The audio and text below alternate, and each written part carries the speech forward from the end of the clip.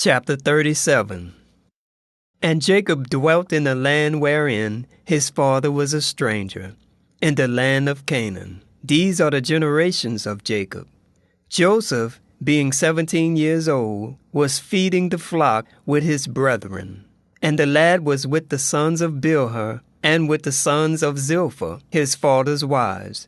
And Joseph brought unto his father their evil report. Now Israel loved Joseph more than all his children, because he was the son of his old age. And he made him a coat of many colors. And when his brethren saw that their father loved him more than all his brethren, they hated him, and could not speak peaceably unto him. And Joseph dreamed a dream, and he told it his brethren, and they hated him yet the more. And he said unto them, Hear, I pray you, this dream which I have dreamed. For behold, we were binding sheaves in the field, and lo, my sheaf rose, and also stood upright. And behold, your sheaves stood round about, and made obeisance to my sheaf. And his brethren said to him, Shalt thou indeed reign over us? Or shalt thou indeed have dominion over us? And they hated him yet the more for his dreams, and for his words. And he dreamed yet another dream, and told it his brethren, and said, Behold, I have dreamed a dream more, and behold, the sun and the moon and the 11 stars made obeisance to me. And he told it to his father, and to his brethren. And his father rebuked him, and said unto him, What is this dream that thou hast dreamed? Shall I, and thy mother, and thy brethren, and thee come to bow down ourselves to thee to the earth? And his brethren envied him. But his father observed the saying. And his brethren went out to feed their father's flock in Shechem. And Israel said unto Joseph, Do not thy brethren feed the flock in Shechem? Come, and I will send thee unto them. And he said to him, Here I am. And he said to him, Go, I pray thee, see whether it be well with thy brethren and well with the flocks, and bring me word again. So he sent him out of the vale of Hebron, and he came to Shechem. And a certain man found him, and behold, he was wandering in the field. And the man asked him, saying, What seekest thou? And he said, I seek my brethren. Tell me, I pray thee, where they feed their flocks. And the man said, They are departed hence, for I heard them say, Let us go to Dothan. And Joseph went after his brethren, and found them in Dothan. And when they saw him afar off, even before he came near unto them, they conspired against him to slay him. And they said one to another, Behold, this dreamer cometh. Come now, therefore, let us slay him, and cast him into some pit.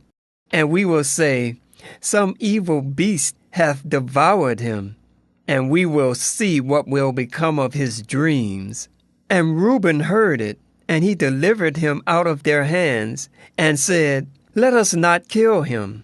And Reuben said unto them, Shed no blood, but cast him into this pit that is in the wilderness, and lay no hand upon him, that he might rid him out of their hands, to deliver him to his father again.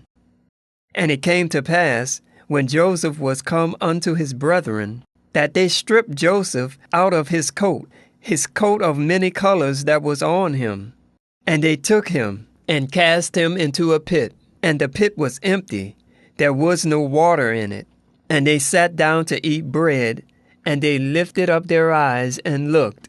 And behold, a company of Ishmaelites came from Gilead, with their camels, bearing spicery, and balm, and myrrh, going to carry it down to Egypt. And Judah said unto his brethren, What profit is it if we slay our brother, and conceal his blood? Come, let us sell him to the Ishmaelites, and let not our hand be upon him, for he is our brethren, and our flesh. And his brethren were content.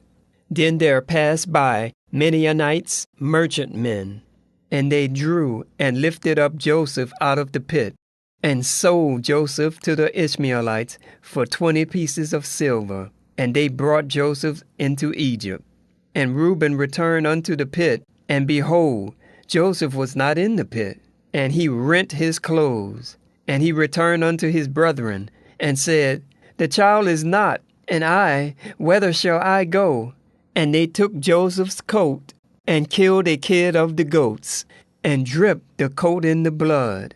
And they sent the coat of many colors, and they brought it to their father, and said, This have we found. Know now whether it be thy son's coat or no. And he knew it, and said, It is my son's coat. An evil beast had devoured him. Joseph is without doubt rent in pieces. And Jacob rent his clothes, and put sackcloth upon his loins, and mourned for his son many days. And all his sons and all his daughters rose up to comfort him, but he refused to be comforted.